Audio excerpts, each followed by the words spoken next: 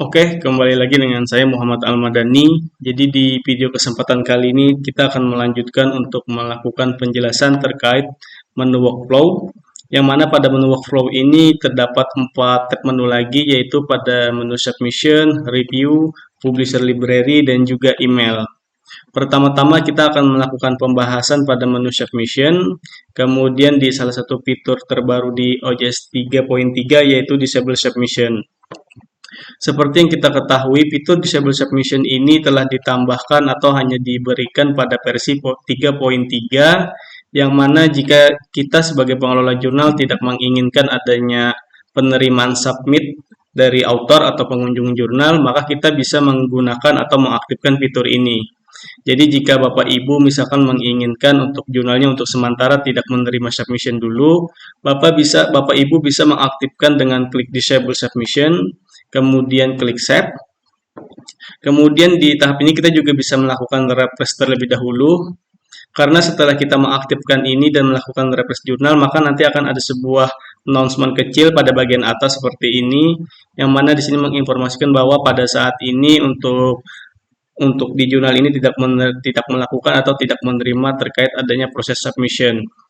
Kemudian jika kita lihat di menu submission-nya juga di samping kiri ini, maka adanya button yang sebelumnya di samping kanan ini seperti new submission itu akan secara otomatis dihilangkan oleh OJS-nya sendiri. Jadi jika Bapak Ibu menginginkan atau menonaktifkannya kembali terkait dengan fitur ini, seperti ini misalnya kita kembali, kemudian kita nonaktifkan, dan kita klik Save, maka secara otomatis pada menu submission ini dia akan menampilkan lagi satu button yaitu untuk dapat melakukan submit di artikel. Jadi itu merupakan salah satu fitur tambahan yang ada di versi OJS 3.3. Kemudian kita lanjut ke menu di bawahnya lagi yaitu di metadata. Seperti yang kita ketahui, menu metadata ini merupakan menu opsi yang dapat Bapak Ibu gunakan pada saat memberikan suatu data yang mana data ini akan tampil sebelum si author dapat melakukan proses submission. Yang saya ketahui dan yang umumnya digunakan di beberapa jurnal itu adalah seperti adanya fitur keyword atau mengaktifkan menu keyword. Jadi ketika kita mengaktifkan menu keyword ini seperti mengenable, kemudian memilih opsinya untuk meminta author dapat mengisi di saat proses submission, maka Bapak Ibu bisa mengaktifkannya pada enable keyword metadata ini. Namun jika Bapak Ibu menginginkan menu keyword ini wajib diisi oleh si author, maka Bapak Ibu bisa memilih opsi di 3 poin ini di paling bawah ini, sehingga author tidak dapat melanjutkan proses submission jika si author tidak mengisi terkait menu di data di keyword pada saat proses submission. Kemudian yang selanjutnya itu yang sering digunakan itu adalah metadata terkait dengan reference ini. Jadi Bapak Ibu sama seperti di keyword ini, jika Bapak Ibu menginginkan author untuk wajib mengisi referensinya, maka Bapak Ibu bisa mengambil opsi di poin ketiga ini. Namun jika Bapak Ibu menginginkan author bisa mengisi atau author bisa melewatkan proses pengisian data referensi ini, maka Bapak Ibu bisa memilih pada poin nomor 2 ini atau bagian tengah ini. Namun jika Bapak Ibu sama sekali tidak mewajibkan untuk mengisi di bagian reference ini, Bapak Ibu bisa memilih opsi nomor 1 ini. Selanjutnya dari beberapa menu seperti publisher, kemudian disiplin, type, dan lain-lainnya. Ini bisa Bapak Ibu sesuaikan dengan kebutuhan di jurnalnya masing-masing. Jadi di sini kita katakanlah memilih keyword untuk wajib diisi, kemudian referensi kita menginginkan author bisa boleh mengisi, boleh diabaikan, maka kita klik save terlebih dahulu. Nanti akan kita lihat untuk pengujian di fitur di menu ini setelah kita melakukan proses submission. Namun sebelum kita melakukan proses submission, alangkah lebih baiknya kita menjelaskan terlebih dahulu terkait dengan komponen. Sehingga setelah kita melakukan penyetingan di 5 fitur ini, kita dapat sekaligus melakukan pengujiannya di submission-nya. Baik, lanjut di menu selanjutnya yaitu komponen. Seperti yang kita ketahui, secara default OJS telah memberikan beberapa komponen seperti yang salah satunya artikel teks, kemudian research instrument, dan juga lain-lainnya. Nah, jadi artikel komponen ini akan tampil ketika si author melakukan proses submission awal. Jadi ketika si author melakukan submisi pertama, maka mereka akan diminta jenis terkait dengan artikelnya, apakah ini artikel teks atau jenis yang lainnya. Maka di sini si author akan memilih dari list yang tersedia di sini. Namun jika Bapak Ibu melihat dari list ini masih ada kekurangan yang mana ingin disesuaikan kembali, Bapak Ibu bisa memiliki dua opsi, yaitu pertama mengedit yang sudah tersedia ini, kemudian klik edit dan menyesuaikan dengan sesuai nama yang diinginkan, atau misalkan Bapak Ibu ingin tetap mempertahankan data default ini, maka Bapak Ibu bisa membuat dengan mengklik add a komponen ini. Jadi silahkan Bapak Ibu tuliskan terkait dengan komponen yang barunya sesuai kebutuhan di jurnal Bapak Ibu. Namun secara umum yang saya ketahui harusnya di data yang diberikan jurnal ini sudah sangat lengkap dan tidak perlu adanya penambahan artikel komponen lainnya.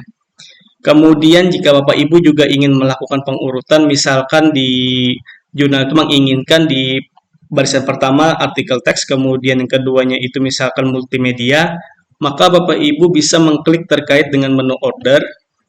Setelah muncul seperti panah atas dan panah bawah ini, maka Bapak Ibu bisa melakukan drag multimedia ini ke bagian atas atau ke posisi nomor 2. Jadi setelah ini sudah sesuai, maka kita klik down di sini.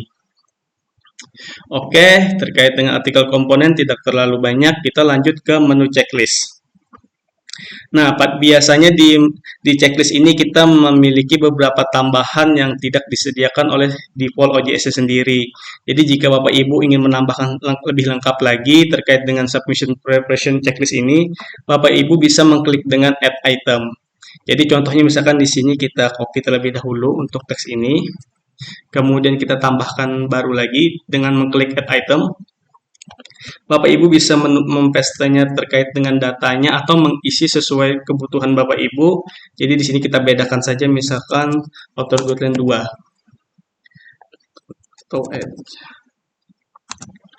atau kita tambahkan jadi add di bagian depan dan juga kedua di bagian belakang. Untuk membedakannya kemudian kita klik save.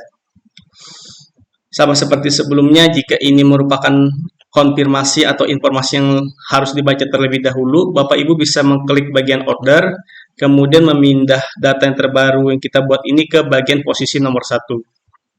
Kemudian kita klik done. Oke, setelah itu, kemudian jika Bapak Ibu merasa di sini ada kesalahan dalam penulisan, Bapak Ibu bisa mengklik panah kecil, kemudian klik edit. Oke, kemudian kita lanjut ke author guidelines ini. Jadi pada menu auto guideline ini data seperti yang ada pada bagian opsi auto guideline ini dan juga copyright notice ini, data ini akan tampil pada saat di proses awal sebelum si author melakukan make a submission. Jadi mungkin bisa saya beritahukan di mana posisinya atau data ini tampil. Kita bisa pertama-tama mengunjungi di halaman depan jurnal. Jadi kita pergi ke halaman depan jurnal, kemudian di sini kita klik make a submission. Nah, maka dua data terkait dengan author guidelines dan juga copyright notice-nya ini itu bisa kita dapatkan pada saat si author melakukan proses submission. Nah, jika Bapak Ibu menginginkan informasi ini pengeditan atau penambahan informasi terkait dengan copyright-nya ini juga, Bapak Ibu bisa mengaturnya pada menu submission, mohon maaf, jadi di menu workflow, kemudian di submission, lalu pergi ke author guidelines-nya ini. Jadi silahkan Bapak Ibu edit di data di sini dan juga data di sini. Contoh misalkan kita tambahkan di sini edit. Kemudian di sini kita tambahkan edit supaya melihat perbedaannya. Setelah itu kita klik save dulu. Lalu kita kembali ke submission datanya, kita refresh. Nah, maka secara otomatis data yang kita tambahkan tadi akan tampil pada bagian ini. Oke, kemudian untuk 5 fitur ini telah kita jelaskan, kita masuk kepada menu review. Oh iya, sebelum kita melakukan pembahasan pada menu review ini, kita coba kembali ke menu submission, karena sebelumnya kita telah melakukan beberapa pengeditan terkait dengan metadata, seperti contohnya di sini kita mengatur keyword untuk wajib diisi, kemudian di sini reference kita juga meminta si author dapat mengisi ataupun juga dapat mengabaikannya. Atau misalkan untuk membedakan lagi, katakanlah di sini kita coba aktifkan terkait dengan source saja misalkan, kemudian di sini kita pilih untuk diminta saja, tidak wajib. Kemudian kita klik save terlebih dahulu. Kemudian juga di sini untuk di artikel komponen kita tidak ada melakukan pengeditan, namun nanti saya tunjukkan di mana sih artikel komponen ini akan tampil pada saat si author melakukan proses submission. Lanjut di selanjutnya pada menu checklist ini, sebelumnya kita telah menambahkan satu submission preparation checklist. Jadi nanti akan kita lihat di mana sih tambahan yang kita buat ini dampaknya pada saat proses submission.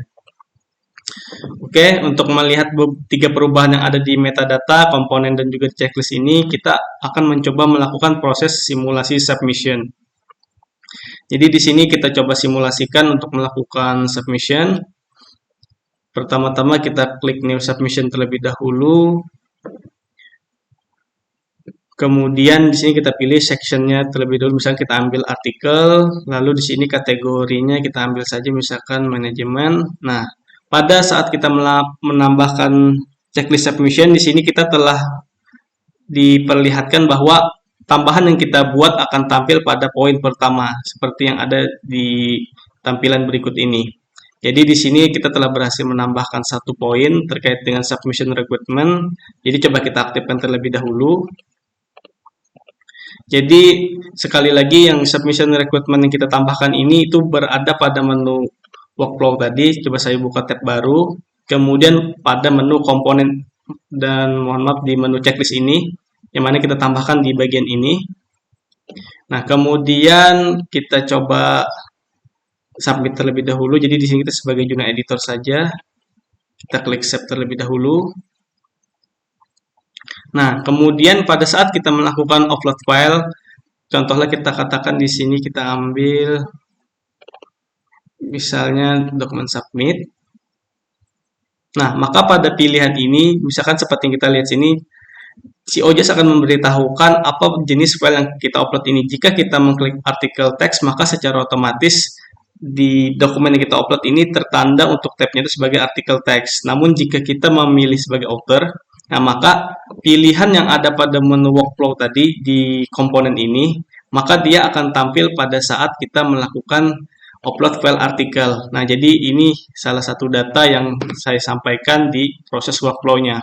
Sehingga kata saya, jika Bapak Ibu menginginkan adanya format baru, maka Bapak Ibu bisa menambahkan dengan klik add komponen. Jadi di sini kita ambil saja misalkan artikel teks, kemudian kita klik save. Oke, jadi terkait dengan kita lanjut untuk melakukan pengecekan di menu mana sih metadata ini untuk tampil di bagian proses submission-nya. Kita lanjutkan di proses ini. Setelah kita memilih terkait dengan artikel teksnya, kita klik save and continue. Nah, kemudian pada menu enter metadata ini, yang seperti kita ketahui, umumnya di sini kita akan diminta terkait dengan data title, abstract, kemudian list of contribution-nya, dan juga data-data metadata lainnya. Nah, data-data metadata lainnya inilah yang dapat kita tambahkan pada menu workflow ini. Contohnya di sini waktu kita mengambil metadatanya dengan mengaktifkan source, kemudian keyword, kemudian juga reference, maka 3 data yang kita tambahkan ini atau kita atur ini akan tampil pada saat proses submit di menu metadatanya. Seperti yang kita ketahui, kita juga telah mengaktifkan source, maka di sini kita akan diminta data untuk mengisikan data di kolom source-nya. Kemudian di sini juga kita lihat adanya untuk menambahkan semacam keyword untuk artikel terkaitnya. Di sini juga diberikan ada tanda bintang merah seperti ini, maka di sini artinya kita wajib untuk melakukan pengisian data keyword terhadap artikel yang terkait. Kemudian di menu bawahnya lagi yaitu reference. Di sini kita juga bisa diberi opsional ingin menambahkan untuk reference artikelnya atau mengabaikannya saja. Kenapa di sini kita tidak terdapat tanda merah seperti ini? Karena pada menu reference di workflow-nya, kita di sini memilih opsinya itu ada pada bagian tengah, sehingga si author dapat mengisi ataupun mengabaikannya. Berbeda dengan di menu keyword-nya. Pada menu keyword ini kita telah men-setup untuk diwajibkan pengisian oleh si author. Sehingga secara otomatis juga ketika ada di kolom keyword-nya, bintang merah ini akan tampil. Baik, itulah terkait dengan penjelasan yang telah kita lakukan pengeditan, baik itu di metadata, komponen, ataupun di checklist. Jadi di sini kita akan melanjutkan ke tab selanjutnya, yaitu pada menu review. Jadi pada menu review ini kita akan menemukan 3 konfigurasi lainnya seperti setup, review guidance, kemudian review form. Jadi pertama-tama pada menu setup ini, di sini kita dapat menentukan terkait dengan default review mode-nya. Jika kita mengaktifkan di poin pertama di anonymous review dan anonymous author ini, maka secara otomatis ketika kita menambahkan add review pada saat proses submission, maka tab-nya akan secara otomatis terpilih menggunakan opsi yang pertama ini. Kemudian pada poin yang kedua yaitu di restrict file access ini. Jadi jika kita mengaktifkan di poin ini, misalkan kita aktifkan, maka secara otomatis review tidak dapat melihat isi lampiran yang diberikan editor ke seorang review, terkecuali dia menyetujui terlebih dahulu terkait dengan proses reviewnya. Kan pada tahap kita melakukan assign seorang review, si review pada tahap awal bisa melakukan penolakan atau menerima melakukan proses review. Jadi jika kita mengaktifkan pada menu ini, maka si review dapat melihat lampiran yang kita berikan dari seorang editor itu ketika dia menyetujui untuk melakukan proses review. Sehingga jika Bapak Ibu menginginkan seperti itu, Bapak Ibu bisa mengaktifkannya pada menu bagian restrict file access ini. Namun jika Bapak Ibu mengizinkan review dapat mendownload terkait dengan lampiran editor yang kita berikan, maka Bapak Ibu bisa mengabaikannya di sini. Namun secara default jika kita tidak melakukan konfigurasi atau mengaktifkan di sini, OJS memberikan default ini untuk tidak mengaktifkannya pada poin ini. Kemudian lanjut di menu selanjutnya yaitu one click review access. Jadi seperti yang kita ketahui, jika kita melakukan proses pesan seorang review dan di sistem OJS yang kita gunakan ini tersetting dengan baik terkait dengan notifikasi email, maka kita di sini bisa mengaktifkan di bagian include a secure link in the email ini. Jadi jika kita mengaktifkan ini, yang saya ketahui, ketika kita melakukan assign seorang review, maka secara otomatis email notifikasi yang diterima oleh review itu akan memberikan sebuah link yang mana si review itu dapat melakukan klik link tersebut, maka secara otomatis akan membuka OJS-nya. Jadi si review tidak perlu melakukan login ke terlebih dahulu ke OJS, kemudian mencari terkait dengan artikel yang bersangkutan. Sehingga pada poin ini jika kita memiliki email OJS dengan notifikasi email yang berjalan dengan baik, Bapak Ibu bisa mengaktifkan di poin ini. Kemudian di kolom selanjutnya atau di menu selanjutnya yaitu default response deadline ini, di sini kita bisa mengatur berapa sih estimasi yang kita berikan ke seorang review terkait dengan mereka menerima atau menolak terkait dengan request reviewnya. Kemudian di sini juga si review dapat melakukan complete terkait proses reviewnya. Jadi Bapak Ibu bisa menyesuaikan di sini, yang mana jika Bapak Ibu mengisi di sini dengan angka 1, 2, 3, atau 4, itu menandakan, contohnya misalkan di sini 4, itu artinya kita memberikan waktu kepada review untuk dapat menerima atau menolak review request-nya itu selama 4 minggu.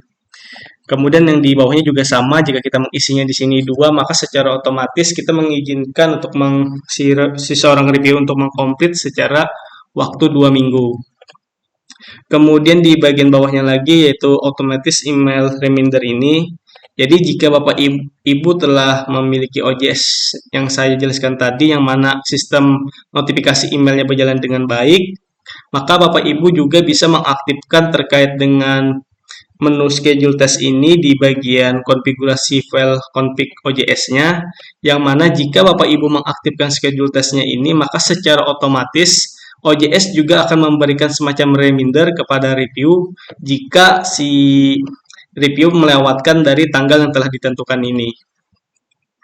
Jadi untuk secara default untuk konfigurasi yang ada di setup, mungkin seperti yang saya jelaskan tadi. Jadi kita lanjut ke menu selanjutnya yaitu review guidance ini. Jadi di review guidance ini kita bisa mengisi terkait dengan apa saja sih guidelines-nya, misalkan terkait di sini katakanlah nomor 1 poinnya ini, kemudian poin nomor 2 ini misalkan kita tulis perbedaannya, maka di sini Bapak Ibu bisa mengisikan apa saja data-data yang diperlukan yang dapat dibaca seorang review terlebih dahulu sebelum melakukan proses reviewnya. Kemudian di kolom computing interest ini Bapak Ibu juga bisa mengisikan datanya. Misalkan di sini kita ambil saja data untuk memberikan contoh di saat dimana sih kalau data ini muncul. Jadi kita ambil saja datanya di sini.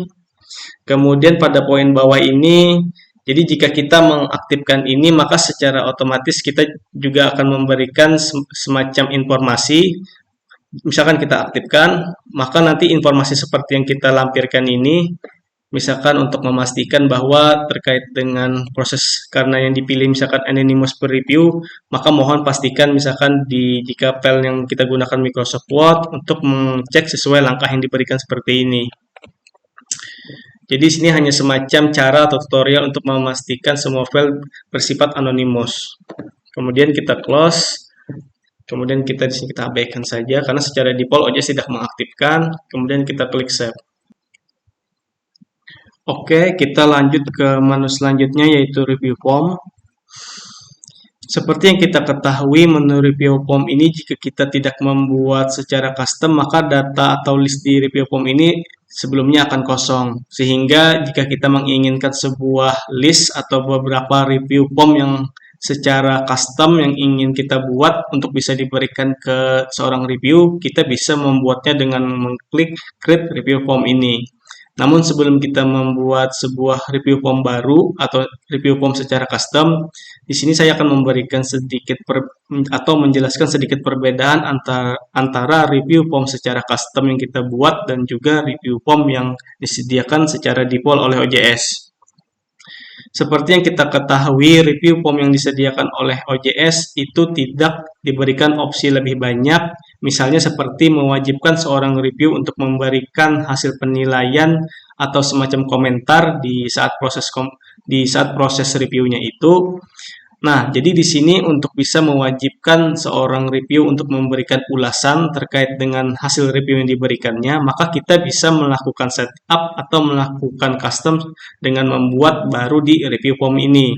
Mungkin di sini untuk mempermudahkan yang saya maksud, kita coba terlebih dahulu buka salah satu artikel yang sudah berada di proses review. Nah, mungkin kita ambil contohnya seperti ini.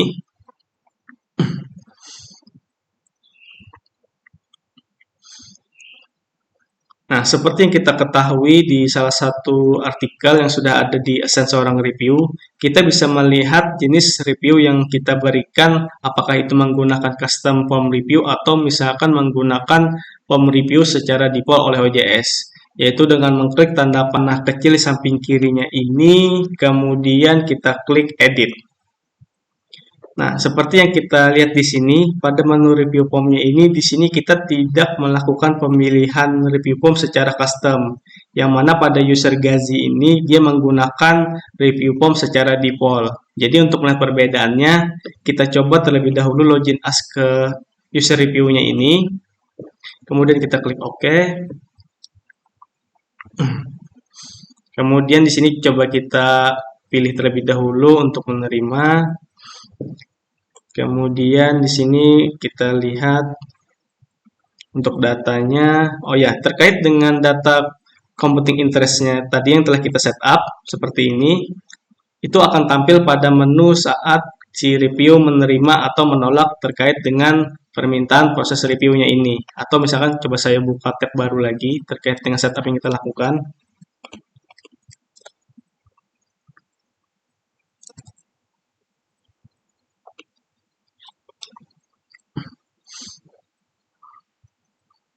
Jadi coba saya login terlebih dahulu.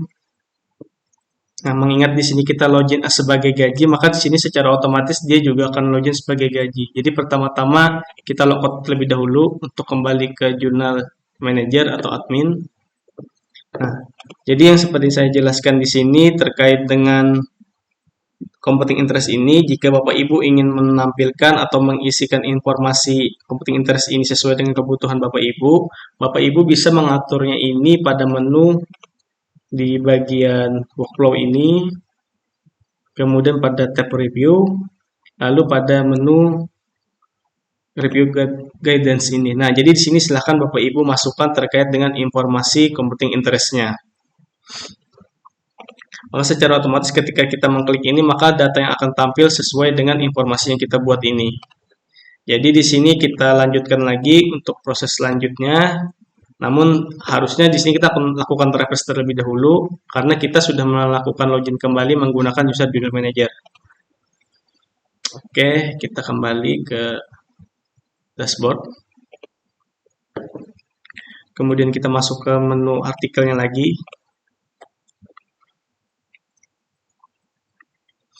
Jadi di sini saya akan login kembali menggunakan user Gazi untuk melihat review form yang ada di artikel ini. Kita klik view. Kemudian kita yes untuk menerima, untuk melakukan submit ini, untuk melakukan proses review ini, kita klik accept review. Nah, kemudian pada menu di tab kedua yaitu pada guidelines ini, data ini juga tampil pada saat kita melakukan setup di menu reviewnya, di review guidance ini di bagian atas ini. Jadi informasi yang ada pada kolom ini itu akan tampil pada posisi step kedua di saat proses reviewnya. Nah, jadi jika Bapak Ibu menginginkan informasi lebih detail di sini, silahkan Bapak Ibu masukkan dan Bapak Ibu edit di menu kolom ini. Oke, kemudian di sini kita melanjutkan untuk ke proses selanjutnya.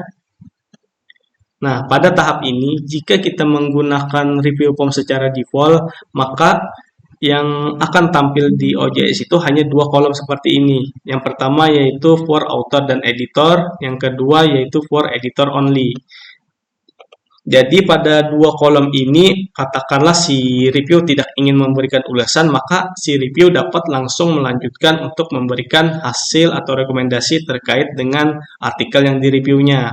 Sehingga secara umum jika kita tidak membuat secara kostum, maka data atau jawaban yang kita inginkan dari review itu tidak didapatkan secara komplit. Nah, berbeda halnya jika kita membuat satu buah custom review, yang mana custom review ini pertanyaan yang kita inginkan untuk dijawab oleh review, maka kita bisa membuatnya dengan mengklik create review form ini. Jadi di sini kita coba buat satu buah review form baru. Kita refresh terlebih dahulu karena di sini kita login sebagai user Gazi.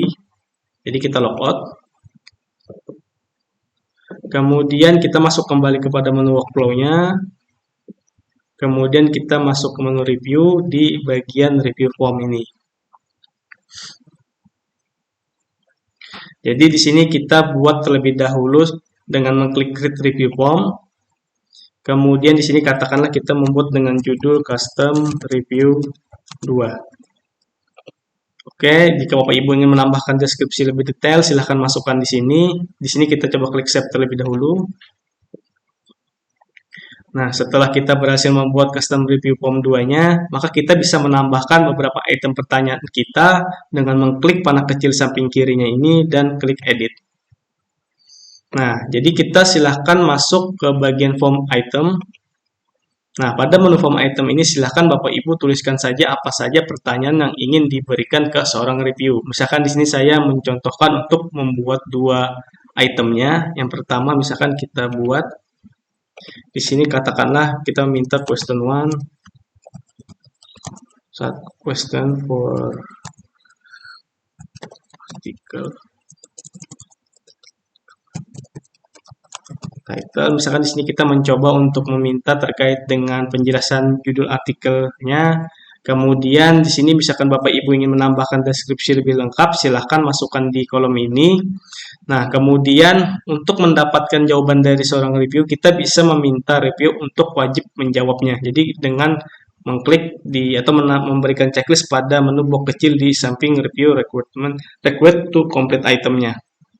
Nah, kemudian setelah kita memberikan checklist ini, kita di sini bisa memberikan jenis jawaban yang diinginkan oleh seorang review. Jika Bapak Ibu menginginkan terkait dengan pertanyaan kita buat ini jawabannya hanya singkat, misalkan yes atau no saja, maka Bapak Ibu bisa mengklik choose item type-nya ini dengan memilih radio button. Nah, jadi di sini misalkan kita memilih radio button, kemudian kita klik add item untuk membuat jawaban dari yang telah kita tentukan. Misalkan di sini kita hanya menginginkan apakah ini yes atau no, kita klik add item. Nah, jadi kita isi misalkan jawaban pertama yes. Setelah itu kita klik enter. Kemudian kita buat satu jawaban lagi dengan klik add item, kemudian kita misalkan di sini no. Kita enter. Nah, setelah kita memberikan dua jawaban ini, kita klik save terlebih dahulu.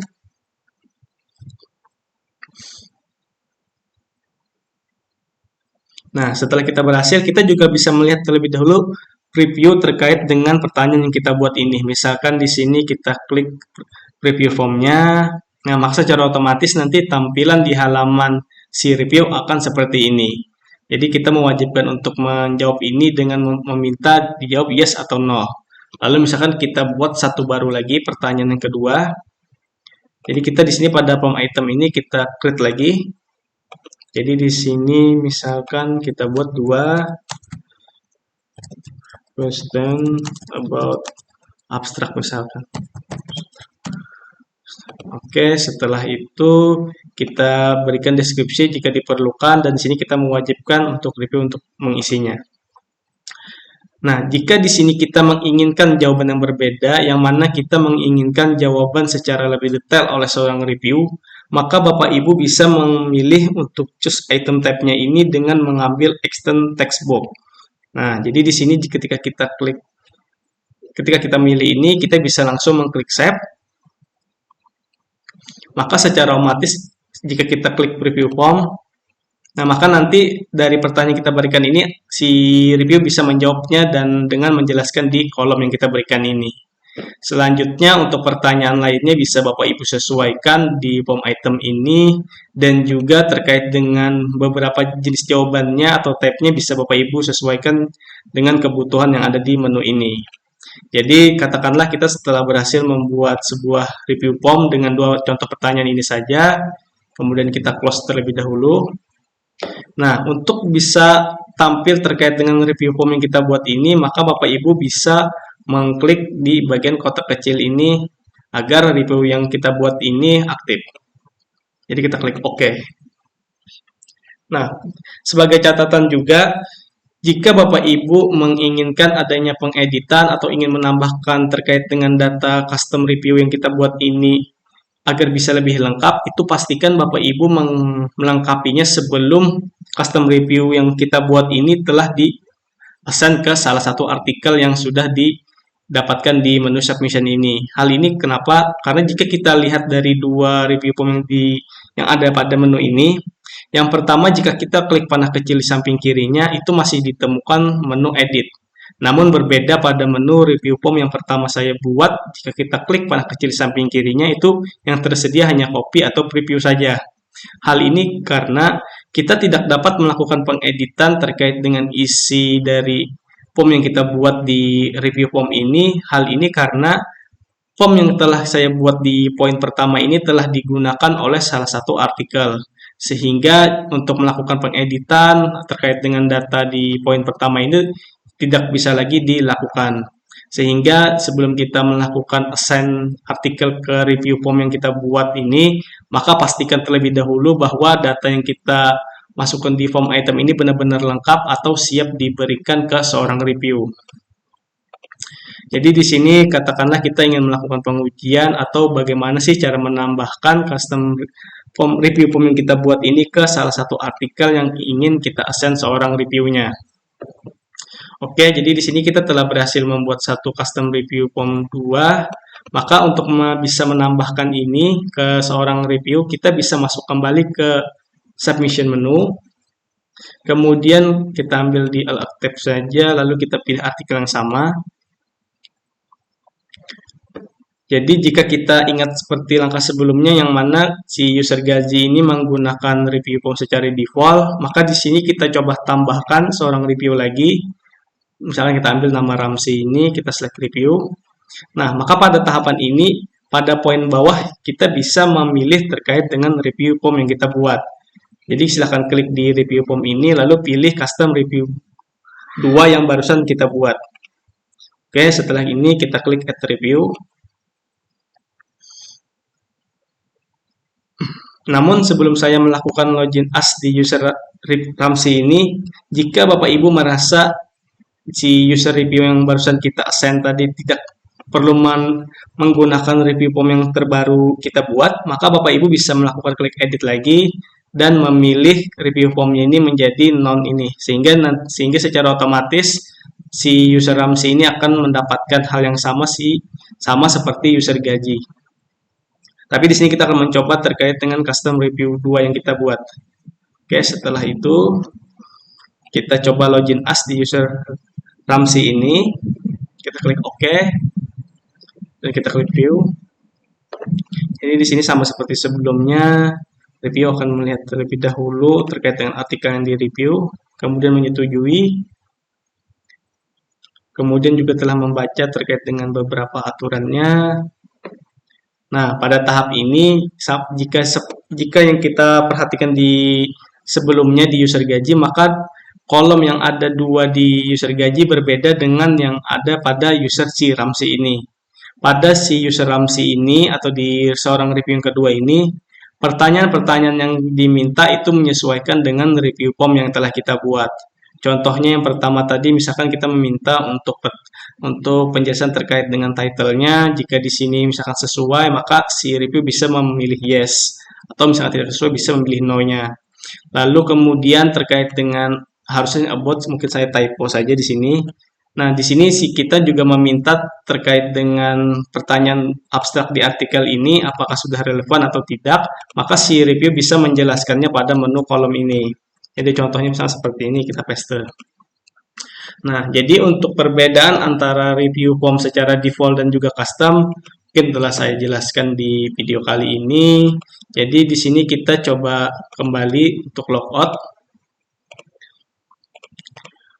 Kembali logout ke bagian workflow-nya. Maka pada tahap di bagian tab review ini sudah saya jelaskan. Kemudian di sini kita lanjut ke proses selanjutnya, yaitu di menu Publisher Library. Nah, jadi pada menu Publisher Library ini biasanya yang saya ketahui di beberapa OJS itu jarang digunakan. Namun jika Bapak Ibu bertanya, apa sih fungsi dari Publisher Library ini?